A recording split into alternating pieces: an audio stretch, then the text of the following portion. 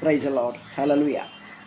പ്രിയരെ, ഈ സായം സന്ധ്യയിൽ ഒരു പ്രാവശ്യം കൂടെ റോസ് ഫാമിലി ഫേസ്ബുക്ക് പേജിൻ്റെ മഞ്ചിൽ കടന്നു വന്ന അല്പസമയം ഒരു വിഷയം സംസാരിപ്പാൻ കർത്താവ് തന്ന സാവകാശത്തിന് ദൈവത്തെ സ്തുതിക്കുന്നു. ഈ ഗ്രൂപ്പിൻ്റെ chief admin sister Rosin Suresh Erode, മറ്റ് അഡ്മിൻസ്, എന്നെ കേൾക്കുന്ന ശ്രോതാക്കൾ, മെമ്പേഴ്സ്, ക്രിസ്തുവേശുവിൽ ഞാൻ സ്നേഹവന്ദനത്തെ അറിയിക്കുകയാണ്. അപ്പം അതുപോലെ പ്രിയമുള്ളവരെ, ഒന്നുകൊണ്ട് പാട്ടുപാടി വചന കോഴ്സിൽ പോകാനാണ് ഞാൻ കർത്താവിൽ ആഗ്രഹിക്കുന്നത്. പവിത്ര ആത്മാ മേരെ ദിൽ മേയാ, പവിത്ര ആത്മാ മേരെ ദിൽ മേയാ, मेरे जीवन को तू ही चला, पवित्र आत्मा मेरे दिल में या, पवित्र आत्मा मेरे दिल में या, टूट गया हूँ मैं, जीवन का क्या है भरोसा, टूट गया हूँ मैं, जीवन का क्या है भरोसा, धोखे पे धोखा है सारा जहां, जाऊं तो जाऊं कहाँ, धोखे पे धोखा है सारा जहां, जाऊं तो जाऊं कहाँ, पवित्र आत्मा मेरे जीवा, पवित्र आत्मा मेरे दिल में या, तक चुका हूँ मैं, जीवन का कहे सहारा, तक चुका हूँ मैं, जीवन का कहे सहारा, जीवन का सफर में तू ही मसीहा, जाऊं तो जाऊं कहाँ, जीवन का सफर में तू ही मसीहा, जाऊं तो जाऊं कहाँ, पवित्र आत्मा मेरे दिल में या, पवित्र आत्मा मेरे दिल में या, टूट गया हूँ मैं, जीवन का तुम्हें भरोसा, टूट गया हूँ मैं, जीवन का क्या है भरोसा, धोखे पे धोखा है सारा जहां, जाऊं तो जाऊं कहाँ, धोखे पे धोखा है सारा जहां, जाऊं तो जाऊं कहाँ, पवित्र आत्मा मेरे दिल में या, पवित्र आत्मा मेरे दिल में या, मेरे दिल में या, मेरे दिल में या, मेरे दिल में या. Praise the Lord. പ്രിയരേ, ഇന്ന് ഈ വൈകിവേളയിൽ ഒരു വചനവുമായി നിങ്ങളുടെ മുമ്പിൽ അല്പസമയം ചെലവഴിക്കും ഞാൻ കർത്താവിൽ ആഗ്രഹിക്കുന്നു. ഇതിന് ആധാരമായി വായിക്കാൻ ആഗ്രഹിക്കുന്ന വാക്യം 1 കൊരിന്ത്യൻസ് ചാപ്റ്റർ 8:6, ആ 8-ാമത്തെ അധ്യായം അതിൻ്റെ 6-ാം വാക്യമാണ് പ്രിയമുള്ളവരെ ഞാൻ വായിക്കാൻ ആഗ്രഹിക്കുന്നത്. അത് ഇംഗ്ലീഷ് ബൈബിൾ ഇങ്ങനെ എഴുതിയിരിക്കുന്നു. Yet there is for us only one God, the Father, who is the creator of all things and for whom we live, and there is only one Lord Jesus Christ. Through them all things were created and through whom we live. പ്രിയമുള്ളവർ, നമുക്കറിയാം അപ്പോസ്തലനായ പൗലോസ്, ആ പൗലോസ് എഴുതിയ ലേഖനത്തിൽ നിന്നുള്ളൊരു വാക്യമാണിത്. ഞാൻ title കൊടുത്തതുപോലെ തന്നെ really പൗലോസ് യേശുവിനെ കണ്ടിട്ടില്ല. 12 അപ്പോസ്തലന്മാരുടെ കൂടെ പൗലോസ് ഇല്ല. യേശുവിൻ്റെ മരണശേഷം ഏതാണ്ട് 20 വർഷം കഴിഞ്ഞാണ് പ്രിയമുള്ളവരെ പൗലോസ് വാസ്തവത്തിൽ ഡമാസ്കസിലേക്കുള്ള യാത്രയിൽ മാനസാന്തരപ്പെടുന്നത് പോലും. നമുക്ക് ആദ്യം നമ്മൾ പരിശോധിക്കുമ്പോൾ, നമ്മൾ ചിന്തിക്കുമ്പോൾ നമുക്കറിയാം പൗലോസ് കിലിക്കയിലെ തർസോസിലാണ് താൻ ജനിച്ചത്. 4 BCE എന്ന് ചരിത്രകാരന്മാർ വെളിവാക്കുന്നുണ്ട്. തൻ്റെ മരണം ഏതാണ്ട് AD 62-64 കാലഘട്ടത്തിലാണ്. ആദ്യമായി പൗലോസ് ലേഖനം പോലും എഴുതുന്നത് AD 51. യേശുവിൻ്റെ മരണത്തിന് ഏകദേശം ഞാൻ മുമ്പേ പറഞ്ഞ പോലെ 20 വർഷത്തിന് ശേഷം ആണ് പ്രിയമുള്ളവരെ പൗലോസ് യേശുവിൻ്റെ അനുഗാമിയായിട്ട് മാറുന്നത്. മറ്റു ശിഷ്യന്മാരെ പോലെ യേശുവിനെ പൗലോസ് കണ്ടിട്ടില്ല. അതുപോലെ തന്നെ നാം വീണ്ടും പരിശോധിക്കുമ്പോൾ താൻ ഒരു ന്യായപ്രമാണവാദിയായിരുന്നു, പഴയ നിയമ വിശ്വാസിയായിരുന്നു. തൻ്റെ ജോലി, താനൊരു പ്രൊഫഷനുണ്ട്, അതിൽ തനിക്ക് വളരെ ഹോബിയായിട്ടാണ് താൻ വെച്ചിരിക്കുന്നത്. എന്താണെന്നറിയാമോ? അത് യേശുവിൻ്റെ അനുയായികൾ എവിടെയെങ്കിലും ഉണ്ടെങ്കിൽ കണ്ടുപിടിക്കുക, അവരെ പിടിച്ചു കെട്ടുക, അതുപോലെ തന്നെ അവരെ ജയിലിലിടുക. ഇതിനുള്ള പെർമിഷൻ തനിക്ക് മഹാപുരോഹിതന്മാരിൽ ലഭിച്ചിരുന്നു. അതുപോലെ തന്നെ താൻ വിശ്വസിച്ചിരുന്ന പ്രമാണത്തിന് വേണ്ടി എന്തും ചെയ്യുവാൻ പൗലോസ് മടിച്ചിരുന്നില്ല, മടിക്കാത്ത വ്യക്തിയായിരുന്നു. അതുപോലെ തന്നെ പ്രിയമുള്ളവരെ, യേശു ക്രിസ്തുവിനെ ആരാധിക്കാനും അതുപോലെ തന്നെ അനുഗമിക്കുവാനും ആർക്കും അവകാശമില്ല, പാടില്ല എന്നുള്ളതാണ് തൻ്റെ പ്രമാണം. ഒരു വ്യക്തി പോലും യേശുവിനെ കേൾക്കുവാനോ യേശുവിനെ മനസ്സിലാക്കുവാനോ പാടില്ല.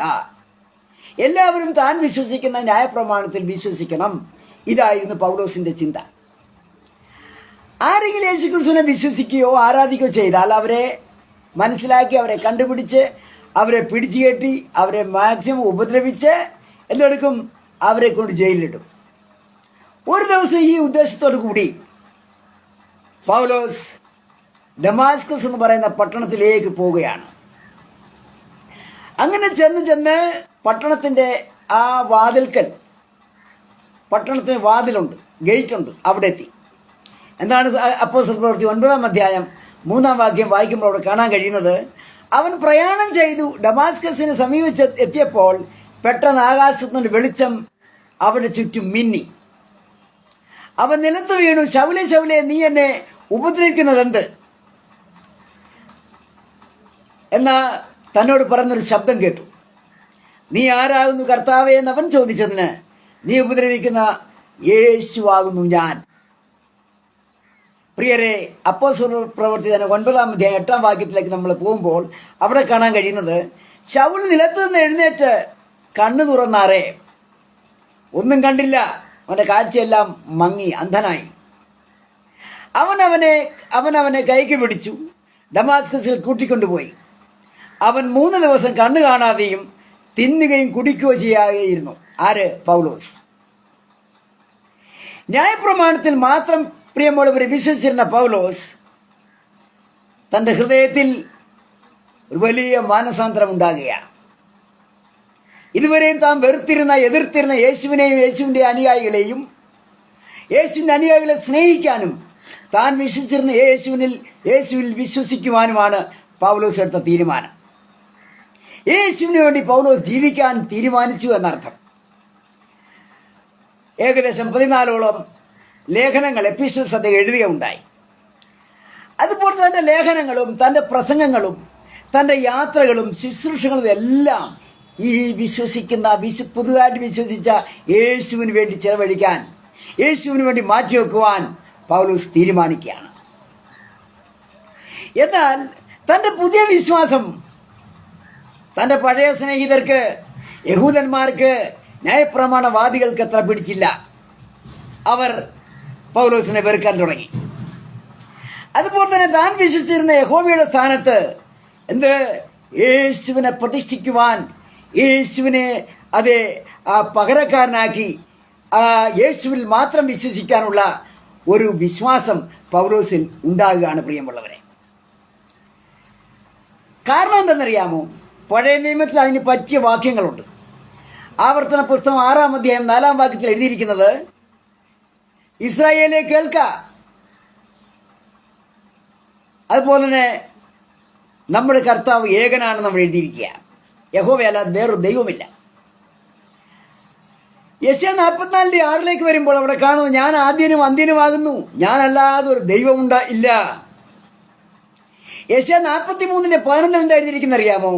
ഞാൻ കർത്താവാണ്, ഞാനല്ലാതെ ഒരു രക്ഷകനില്ല. യെശയ്യാ 43:10 വരുമ്പോൾ അവിടെ കാണുന്നത്, എനിക്ക് മുമ്പ് ഒരു ദൈവം ഉണ്ടായിട്ടില്ല, എനിക്ക് ശേഷം ഒരു ദൈവം ഉണ്ടാകുകയില്ല. യെശയ്യാ 42:8 വരുമ്പോൾ, ഞാൻ കർത്താവാണ്, അതാണ് എൻ്റെ പേര്, എൻ്റെ മഹത്വം ഞാൻ മറ്റാർക്കും കൊടുക്കയില്ല. സക്കറിയ 14:9 എഴുതിയിരിക്കുന്നത്, യഹോവ സർവ്വഭൂമിക്കും രാജാവായിരിക്കും. പ്രിയമുള്ള, ഇത്തരം വാക്യങ്ങൾ ഇനിയും വളരെ ഉണ്ട്. ഈ വാക്യങ്ങൾ മനപ്പാഠം പഠിച്ച് ആ വാക്യങ്ങളിൽ വിശ്വസിക്കുന്ന, അങ്ങനെ ചുരുക്കി പറഞ്ഞാൽ ഒരു കട്ടർ എന്ന് പറഞ്ഞാൽ ഒരു തീവ്ര സ്വഭാവമായിരുന്നു വാസ്തവത്തിൽ പൗലോസിന്. യേശുവിനെ കേൾക്കാനോ, യേശു എന്ന് കേൾക്കാനോ, ആ സ്ഥാനത്ത് യേശുവിനെ സങ്കല്പിക്കാനോ പൗലോസിന് കഴിഞ്ഞില്ല. ആ പൗലോസിനെയാണ് യേശു ഒന്ന് പിടിച്ചത്. Praise the lord, hallelujah. യേശു പിടിക്കുക മാത്രമല്ല, അവിടെ താഴെയിട്ടു. എന്നിട്ട് തൻ്റെ ആ പൗലോസിൽ യേശു ക്രിയ ചെയ്യാൻ തുടങ്ങി. യേശുവിന് വേണ്ടി ജീവിക്കുവാൻ വേണ്ടി ഒരു തീരുമാനമാണ് പ്രിയമുള്ളവരെ പൗലോസ് എടുത്തത്.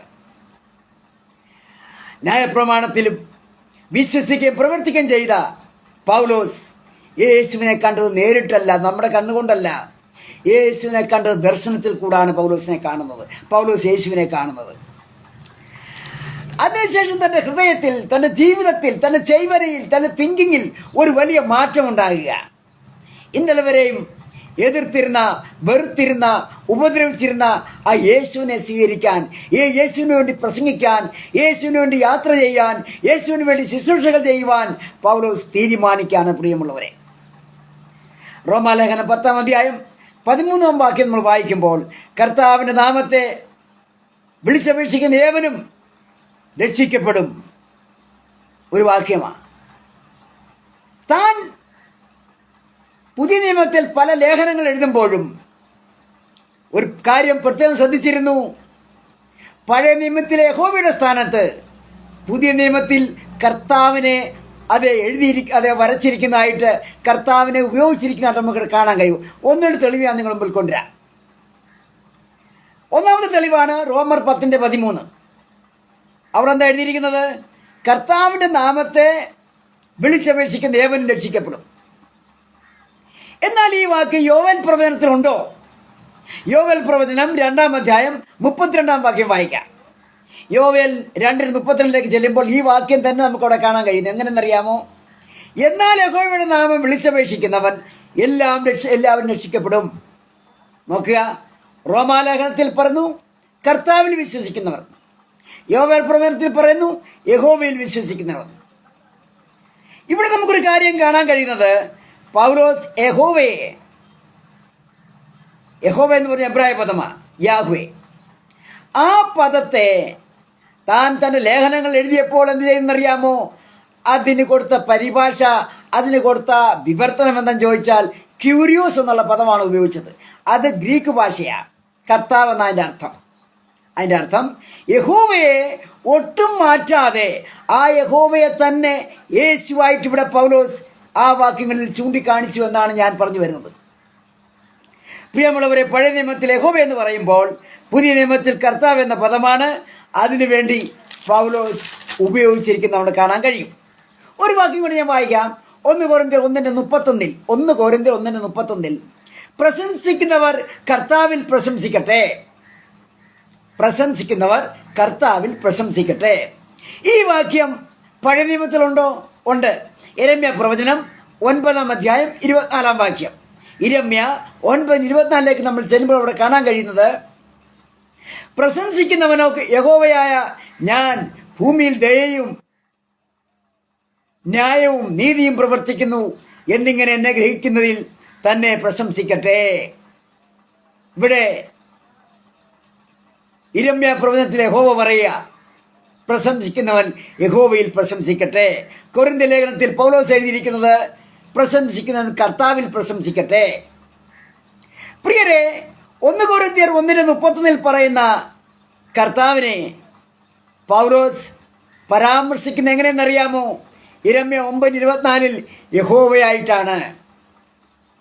നോക്കുക, ഇന്നലെ വരെ യഹോവയ്ക്ക് വേണ്ടി വാദിച്ച് ഓടിയ ആളാ ഇന്ന് യേശുവിന് വേണ്ടി ലേഖനങ്ങൾ എഴുതുകയാണ്, യേശുവിന് വേണ്ടി ജീവിക്കുക, യേശുവിന് വേണ്ടി ശുശ്രൂഷകളെ പങ്കിടുകയാണ്.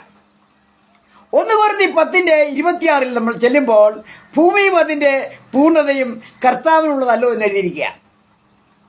എന്നാൽ സങ്കീർത്തനം 24:1 വരുമ്പോൾ അവിടെ കാണുന്ന ഈ വാക്യം എങ്ങനെ? ഭൂമിയും അതിൻ്റെ പൂർണ്ണതയും ഭൂതലവും അതിൻ്റെ നിവാസികളും യഹോവയ്ക്കുള്ളതാകുന്നു. പ്രിയരെ, 1 കൊരിന്ത്യർ 10:26 ഭൂമി കർത്താവിനുള്ളതാണെന്ന് പറയുമ്പോൾ അതിലെല്ലാം അടങ്ങിയിരിക്കുക. 1 കൊരിന്ത്യർ ഭൂമി കർത്താവിൻ്റെതാ. എന്നാൽ സങ്കീർത്തനം 24:1 കാണുന്നത് എന്ത്? ഭൂമിയിൽ അതിൽ അടങ്ങിയിരിക്കുന്നതെല്ലാം ലോകവും അതിൽ വസിക്കുന്നവർക്കും അതും കർത്താവിൻ്റെതാണ്. ഇവിടെ 1 കൊരിന്ത്യർ 10:26 പറയുന്ന സന്ദർഭത്തിൽ അവിടെയും യേശുവിനെയാണ്, ക്യൂരിയോസ് ആണ് ഉപയോഗിച്ചിരിക്കുന്നത്.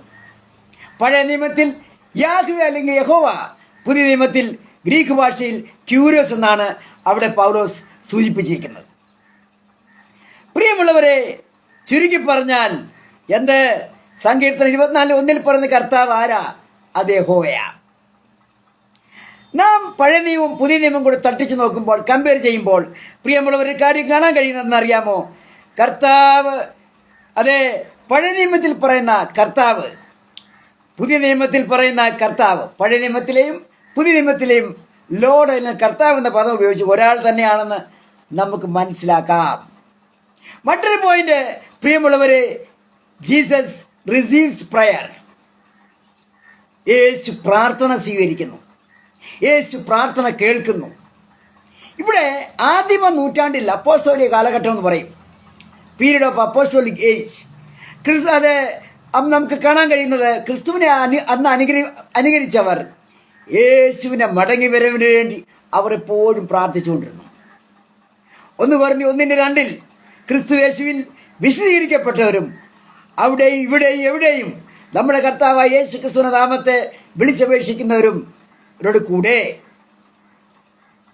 ഇവിടെ റോമാലേഖനം 10:13 വരുമ്പോൾ, കർത്താവിന്റെ നാമത്തെ വിളിച്ചപേക്ഷിക്കുന്ന ഏവനും രക്ഷിക്കപ്പെടും. പ്രിയരെ, ഈ 2 വാക്യത്തിലും നമുക്ക് കാണാൻ കഴിയുന്നത് കർത്താവായ യേശുവിനോടാണ് പ്രാർത്ഥിക്കുന്നത്. പ്രാർത്ഥന മറ്റാരോടുമായില്ല, മറ്റാരോടും പ്രാർത്ഥനയാകരുത്. ആദിമ നൂറ്റാണ്ടിൽ അപ്പോസ്തോലിക കാലഘട്ടത്തിൽ AD 1 മുതൽ 325 വരെ കാലഘട്ടത്തിൽ പ്രാർത്ഥന യേശുവിനോടാണ് പ്രാർത്ഥിച്ചുകൊണ്ടിരുന്നത്. പ്രിയരെ, നമ്മൾ ഈ ഭാഗം വീണ്ടും നമ്മൾ ചിന്തിക്കുമ്പോൾ ഒരു കാര്യം കാണാൻ കഴിയുമെന്ന് ചോദിച്ചാൽ, കർത്താവിൽ വിശ്വസിക്കുന്നവർ രക്ഷിക്കപ്പെടും. അപ്പോൾ നാം എന്താ മനസ്സിലാക്കേണ്ടത്? പൗലോസ് ഉപയോഗിച്ചിരിക്കുന്ന യാഹ്വേ അല്ലെങ്കിൽ യഹോവ, പ്രിയമുള്ളവരെ, എബ്രായ പദത്തിന് പകരമായി ഗ്രീക്ക് ഭാഷയിൽ പൗലോസ് എഴുതുമ്പോൾ അതിന് ക്യൂരിയോസ് അല്ലെങ്കിൽ കർത്താവ് എന്ന പദമാണ് ഉപയോഗിച്ചിരിക്കുന്നത്. ഇവിടെ കർത്താവ് ആ യേശു ക്രിസ്തുവിന് വേണ്ടി അത് ക്യൂരിയോസ് എന്നുള്ള പദം ഉപയോഗിച്ചിരിക്കുന്നു. പ്രിയമുള്ളവരെ, ഒരു കാര്യം നമ്മൾ കാണാൻ കഴിയുന്നതെന്ന് ചോദിച്ചാൽ, പൗലോസ് തന്റെ ലേഖനത്തിൽ വളരെ വ്യക്തമായി സ്പഷ്ടമായി താൻ കണ്ടിരുന്ന ആ ദൈവം യേശുവാണെന്ന്, അതെ, ഇന്നലെ വരെ വിശ്വസിച്ചിരുന്ന യഹോവ യേശുവാണെന്ന് പൗലോസ് നമ്മളോട് പറയുക. അതുപോലെ തന്നെ യേശു സ്തുതിഗീതങ്ങൾ സ്വീകരിച്ചുവോ? 2 കൊരിന്ത്യർ 8:9 വരുമ്പോൾ നമ്മുടെ കർത്താവായ യേശു ക്രിസ്തു സമ്പന്നനായിരുന്നിട്ടും അവന്റെ ദാരിദ്ര്യത്താൽ നിങ്ങൾ സമ്പന്നനാകേണ്ടതിന് നിങ്ങൾ നിമിത്തം ദരിദ്രനായി തീർന്നു. പ്രിയമുള്ളവരെ, ഏറ്റവും മഹത്വപൂർണമായ ഇമ്പോർട്ടൻ്റ് ആയിട്ടുള്ള വളരെ പ്രധാനപ്പെട്ട ഒരു വാക്യം പൗലോസ് എഴുതിയിട്ടുണ്ട് ഫിലിപ്പിയ ലേഖനത്തിൽ. ഫിലിപ്പിയർ 2:6-11 വരെയുള്ള വാക്യമാണ്. അവൻ ദൈവരൂപത്തിൽ ഇരിക്കെ ദൈവത്തോടുള്ള മഹത്വം മുറുകെ പിടിച്ചുകൊള്ളണമെന്ന് വിചാരിക്കാതെ ദാസരൂപം എടുത്ത് മനുഷ്യ സാദൃശ്യത്തിലായി തന്നെത്താൻ ഒഴിച്ച് വേഷത്തിൽ മനുഷ്യനായി വിളങ്ങി തന്നെത്താൻ മരണത്തോളം തന്നെ അനുസരണമുള്ളവനായിത്തീർന്നു. ആര്? കർത്താവായ യേശു. യേശു അങ്ങനെ ആയിരിക്കുന്നത് ദൈവരൂപത്തിലാണ്, ദൈവരൂപത്തിലായിരിക്കുന്നത്.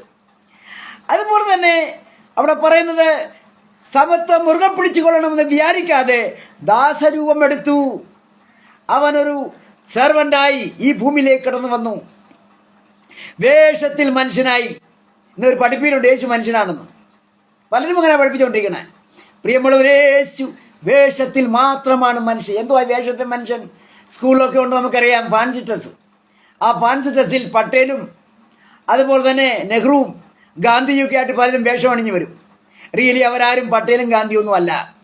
അവരൊക്കെ ആ വേഷം ധരിച്ചത് മാത്രമേ ഉള്ളൂ. പക്ഷേ അതുപോലെ യേശു ഭൂമിയിൽ വന്നത് ഒരു മനുഷ്യവേഷത്തിലാണ്. പ്രിയമുള്ളവരെ, കടന്നു വന്നത് എന്തിനു വേണ്ടി?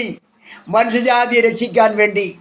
നാം ഏദൻ തോട്ടത്തിൽ പാപം ചെയ്തു, ആദമും ഹവ്വയും. ദൈവത്തിൽ നിന്നാകുന്നു കൽപ്പനാലംഘനം. അങ്ങനെ ഏദൻ തോട്ടത്തിൽ നിന്ന് വെളിയിലായി. ദൈവത്തിൻ്റെ ആഗ്രഹം എന്താ? എപ്പോഴും ദൈവം മനുഷ്യനോട് കഴിയണം. മനുഷ്യരോടുള്ള സംസർഗമാണ് ദൈവം ആഗ്രഹിക്കുന്നത്. ദൈവം നമ്മളെ അങ്ങ് ഉപേക്ഷിക്കുന്നവനല്ല. അവൻ നമ്മളെങ്ങും പറഞ്ഞു വിട്ടില്ല. അങ്ങനെ 10 തലമുറ ഭൂമിയിലായി. ഏതൊക്കെയാ? ആദാം, ശേത്ത്, ഏനോസ്, കേനാൻ, മഹലേൽ, യാരദ്, മധുസലേക്ക്, ഹാനോക്ക്, ലാമേക്ക്, നോഹ. 10ാം തലമുറയായപ്പോഴത്തേന് ലോകം നശിച്ചു, വഷളായി. ഇന്നത്തെ അവസ്ഥകൾക്കൊരു അതിൻ്റെ ഒരു മറുരൂപമായിരുന്നു അത്. യെശയ്യാവിന്റെ 6ാം അധ്യായത്തിലേക്ക് വരുമ്പോൾ അവിടെ കാണാൻ കഴിയുന്നത്, ദൈവം നോക്കുമ്പോൾ ആരും നീതിമാനില്ല, ഭൂമി വർഷത്വം കൊണ്ട് നിറഞ്ഞു. അങ്ങനെയാണ് പ്രിയമുള്ളവരെ ദൈവം എന്തെടുത്തത്? ദൈവം ആദ്യ ജലപ്രളയത്താൽ പാപികളാകുന്ന മനുഷ്യരെ കൊല്ലാൻ തീരുമാനിച്ചു. അവരെ ഇല്ലാതാക്കാൻ നശിപ്പിച്ചു. ഒടുവിലെന്താ സംഭവിച്ചത്? 2 ഭാര്യയും ഭർത്താവും, നോഹയും കുടുംബവും. അവർക്ക് 3 ആൺമക്കൾ. അങ്ങനെ 8 പേര് മാത്രമാണ് രക്ഷപ്പെട്ടത്. പ്രിയമുള്ളവരെ, വീണ്ടും ദൈവം മനുഷ്യനുമായിട്ട് സംസർഗം ചെയ്യാൻ ആഗ്രഹിക്കുക. അത് കഴിഞ്ഞ് നമുക്ക് കാണാൻ കഴിയുന്നു, മോശ വന്നു, അതുപോലെ അബ്രഹാം, അതുപോലെ തന്നെ ദാവീദ്, പലരെയും, പല പ്രവാചകന്മാരെ കൂടെയും പല ലേഖനത്തിൽ കൂടെയും ദൈവം അരുളപ്പാട് കൊടുത്തു. എന്ത് ചെയ്താൽ മനുഷ്യർ എന്തെടുക്കുന്നു? മനുഷ്യർ ദൈവത്തിൽ നാഗന്നു പോവുകയാണ്. ഇതിനിടയ്ക്ക് ദൈവം അവരെ ശിക്ഷിക്കാനും മടിച്ചില്ല. അതാണ് ബാബേൽ പ്രവാസവും. നെബൂഖദ്നേസറും സിദെക്കീയാവും ഒക്കെ കടന്നു വന്നു, പലരും കടന്നു വന്നു. അവരൊക്കെ എന്താ പിടിച്ചു കെട്ടിക്കൊണ്ട് പോവുക. പ്രവാസകാലം ദൈവം തക്ക സമയത്ത് ശിക്ഷ കൊടുക്കുക.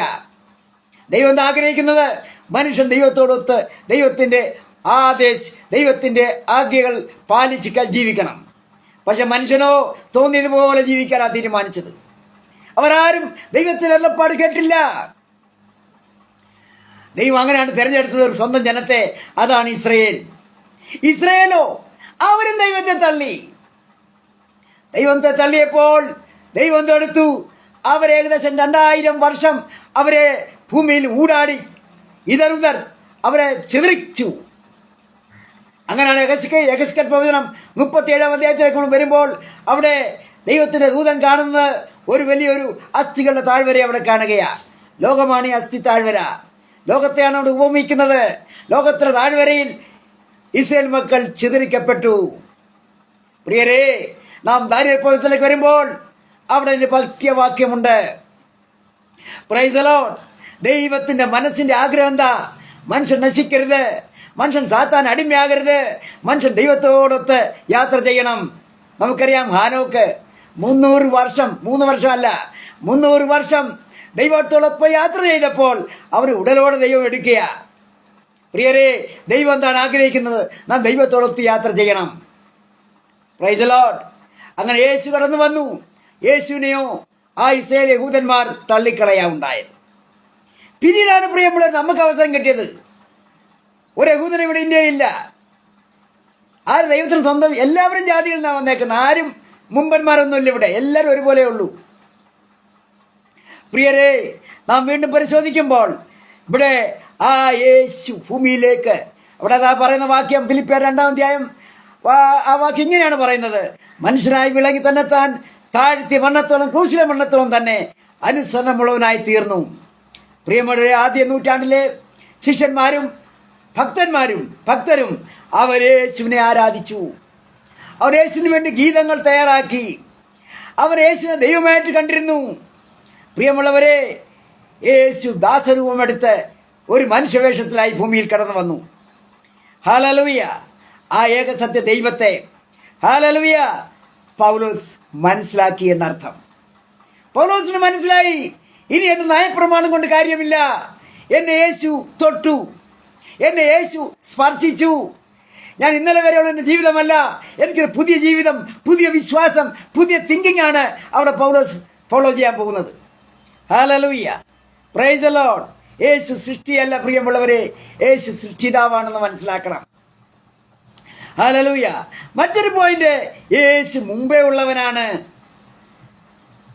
Jesus Christ is pre existent.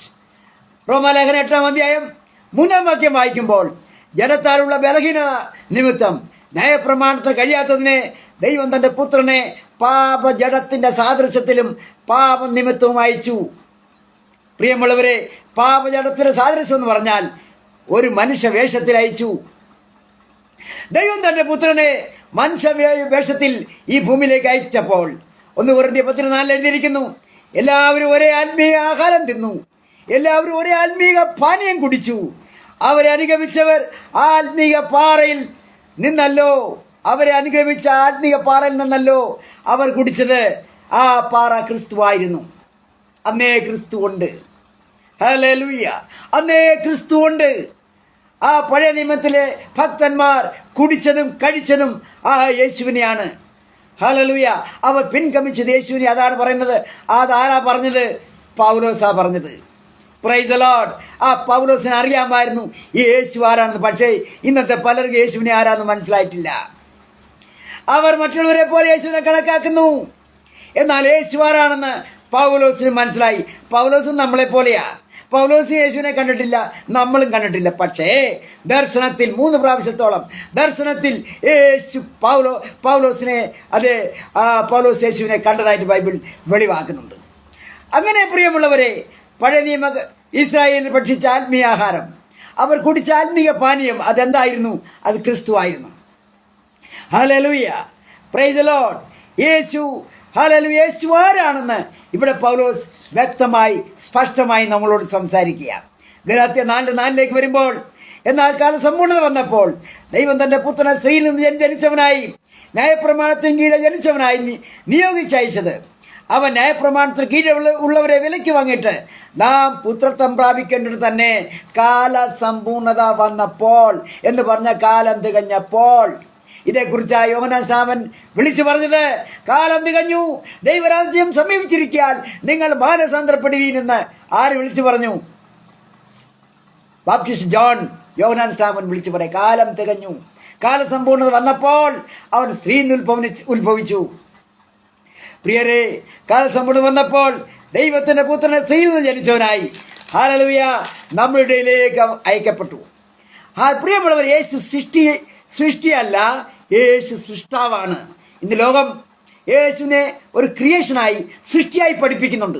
എന്നാൽ ബൈബിൾ നമ്മളെ പഠിപ്പിക്കുന്നതെന്നറിയാമോ? യേശു സൃഷ്ടിയല്ല, യേശു സൃഷ്ടാവാണ്.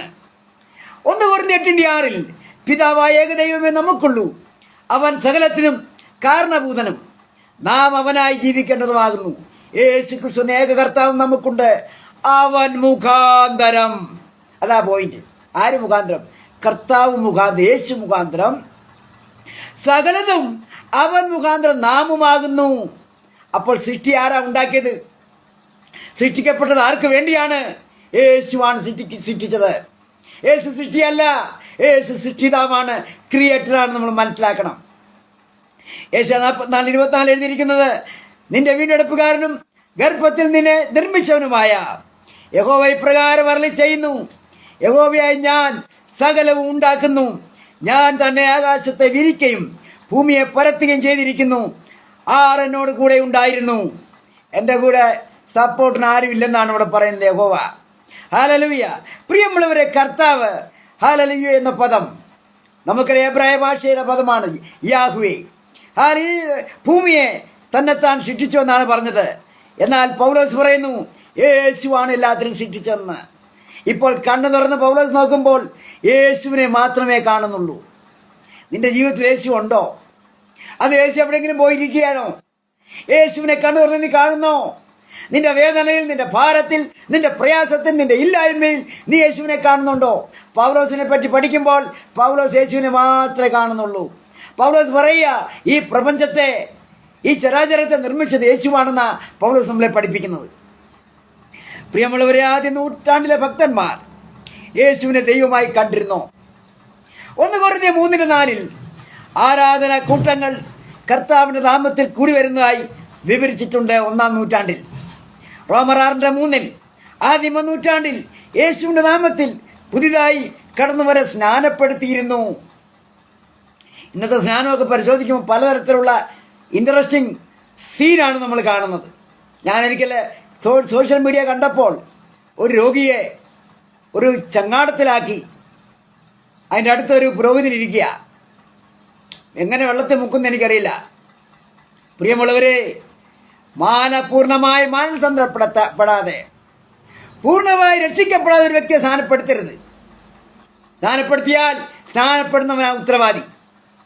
പ്രത്യേകിച്ച് കുഞ്ഞുങ്ങളെയൊക്കെ. ആളുകളെ തയ്ക്കാനും ആളുകളുടെ എണ്ണം കൂട്ടാനുമായി നീ ഒരാളെ സ്നാനപ്പെടുത്തരുത്. ഞാൻ ചെറുപ്പത്തിലായിരുന്നപ്പോൾ ഒരു ഉപദേശി പാസ്റ്റർ ഞങ്ങളുടെ അടുത്ത് വന്ന് ഒരു ചെറുപ്പക്കാരനെ തയ്യാറാക്കി. ചെറുപ്പക്കാരൻ എന്തെടുത്തു? തക്ക സമയമായപ്പോൾ അദ്ദേഹം കാലു മാറിപ്പോയി. പാസ്റ്റർ ഒന്ന് വിഷമിക്കുക. പാസ്റ്റർ ആ വീട്ടിലെ ആ സഹോദരൻ്റെ അമ്മച്ചിയോട് പറഞ്ഞു, അമ്മച്ചി ഞാനിനി എന്താ ചെയ്യുന്നത്? അന്നേരം ആ അമ്മച്ചി പറയാ, പാസ്റ്ററെ സാരമില്ല, അവൻ്റെ അനിയനെ വിളിച്ചുകൊണ്ട് പോകാൻ. ഇതൊക്കെയാണ്, ഇത്രമേ ഒരു മഹത്വം സ്നാനത്തിന് കൊടുത്തിട്ടുള്ളൂ. സ്നാനത്തിൻ്റെ ആഴം ഇത്രേ ചിലർക്ക് അറിയത്തുള്ളൂ.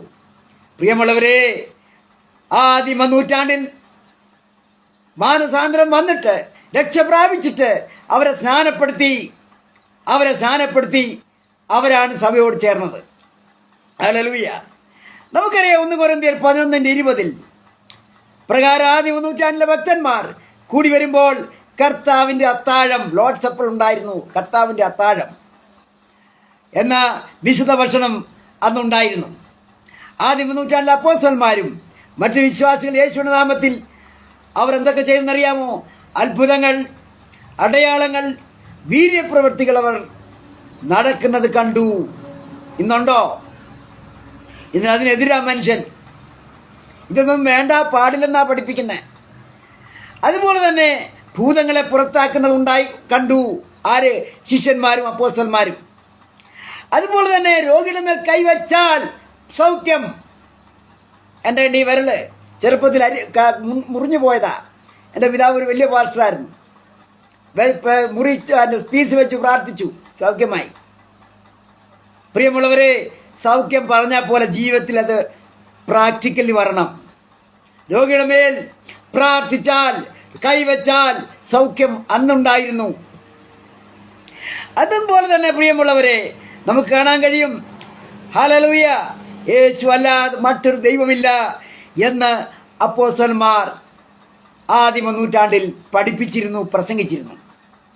എന്നാൽ AD 322 കൂടി കുസ്താന്തിനോസ് എന്ന ചക്രവർത്തി തൻ്റെ നേതൃത്വത്തിൽ 325 നൈസിയൻ കൗൺസിൽ സുന്നഹദോസ് വിളിച്ചുകൂട്ടി. അതിന് എന്ത് സംഭവിച്ചെന്നറിയാമോ? യേശുവിൻ്റെ ഗ്ലോറി, യേശുവിൻ്റെ മഹത്വം കുറഞ്ഞു. യേശു ചെറുതായിക്കൊണ്ടിരിക്കുക. യേശു നേരത്തെ പവർഫുൾ ആയിരുന്നു. ഇന്ന് യേശു ചെറുതായി ആ സുന്നഹദോസിന് ശേഷം. ഹല്ലേലൂയ. അനേകരെ പ്രിയമുള്ളവരെ യേശുവിലേക്ക് എത്തിക്കുവാൻ നമുക്ക് പൗലോസിനെ പോലെ ത്യാഗം സഹിക്കാം. ഹല്ലേലൂയ. ജീവൻ പോലും കൊടുക്കുവാൻ പൗലോസ് തയ്യാറായി. താൻ ചെയ്ത യാത്രയിലെല്ലാം വിശ്വാസികൾ, സഭകൾ ഫോം ചെയ്യപ്പെട്ടു. ഇന്ന് നമ്മൾ ജമ്മു കാശ്മീർ മുതൽ കേരളം വരെ, കന്യാകുമാരി വരെ സഞ്ചരിച്ച ഒരു വിശ്വാസിയും നമ്മുടെ കൂടെ വരില്ല. കാലമെന്ത് മാറി, വിശ്വാസത്തിന്റെ ആ ഗതികേട്. പൗലോസ് യാത്ര ചെയ്ത്, മിഷൻ യാത്ര ചെയ്തപ്പോഴെല്ലാം സഭകൾ സ്ഥാപിച്ചു, ആത്മാക്കൾ നേടി, കൂടി. പ്രിയമുള്ളവരെ, അതുകൊണ്ടാണ് ചരിത്രകാരന്മാർ പൗലോസിനെ കുറിച്ച് പറയുന്നത് he is the second founder of Christianity എന്ന് പറയുന്നത്. പ്രിയമുള്ളവരെ, പൗലോസ് നമുക്കൊരു മാതൃകയാണ്. പൗലോസ് കണ്ട ദർശനം, പൗലോസ് കണ്ട വിശ്വാസം, പൗലോസ് ചെയ്ത ത്യാഗം, പൗലോസിന്റെ സുവിശേഷീകരണം നമുക്ക് മാതൃകയാക്കാം. പ്രിയമുള്ളവരെ, ഇനിയും പൗലോസ് എഴുന്നേൽക്കട്ടെ, അനേകർ കർത്താവിനെ അറിയട്ടെ. ഹല്ലേലൂയ. കർത്താവിന് വേണ്ടി പൗലോസ് കഷ്ടം സഹിച്ചതുപോലെ നമുക്കും കഷ്ടം സഹിക്കാം. പൗലോസ് എന്താ ലാസ്റ്റ് പറഞ്ഞത്? ഞാൻ നല്ല പോർ പൊരുതു, ഓട്ടമോടി. ഹല്ലേലൂയ. ഇനിയുള്ള ജീവന്റെ കിരീടം എനിക്കായി വെച്ചിരിക്കുന്നു. അന്നങ്ങനെ നെഞ്ചത്ത് കൈവച്ച ആത്മാർത്ഥമായിട്ട് നമുക്ക് പറയാൻ കഴിയുമോ? കർത്താവിൻ്റെ വരവ് ആസന്നമായി. ഒരുങ്ങാം, ഉണരാം. ഈ വചനങ്ങൾ ദൈവം നമ്മെ അനുഗ്രഹിക്കുമാറാകട്ടെ. കരുണയുള്ള ദൈവമേ, സ്വർഗ്ഗസ്ഥ പിതാവേ, അപ്പായ സായം സദ്യത്തുന്ന അവസരത്തിനായി സ്തുതിക്കുന്നു, സ്തോത്രം ചെയ്യുന്നു. അനേകർക്ക് കർത്താവ് വചനം ആത്മീക പ്രചോദനത്തിന് കാരണമാകുവാൻ ഇടയാകണം. ഓരോരുത്തരും സഹായിച്ചാണ് കർത്താവ്. ഹാൽ നീ അടിയണ നാവോട് കൂടെയിരുന്നു. പ്രാർത്ഥന കേട്ട സ്തുതി യേശു നാമത്തിനെ